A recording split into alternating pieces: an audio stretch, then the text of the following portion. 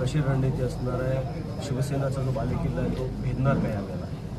मुळामध्ये उभाठाचा मुंबई हा बालेकिल्ला आहे, हा या गैरसमजातून मला वाटतं आपण सगळ्यांनी बाहेर आलं पाहिजे. गेल्या 3 विधानसभा निवडणुकींचा रेकॉर्ड सहित मी आकडेवारी सहित बोलतो. मला राऊतांसारखं फेकमफाक करता येत नाही.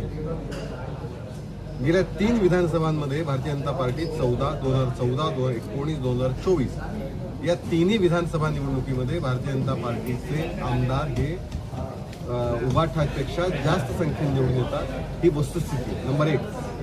नंबर 2, या ठिकाणी गेल्यावेळी ज्यावेळी महापालिका 2017 मध्ये झाली मुंबई महापालिका, तेव्हा सुद्धा तोड नगरसेवक भारतीय जनता पार्टीचे निवडून आले होते.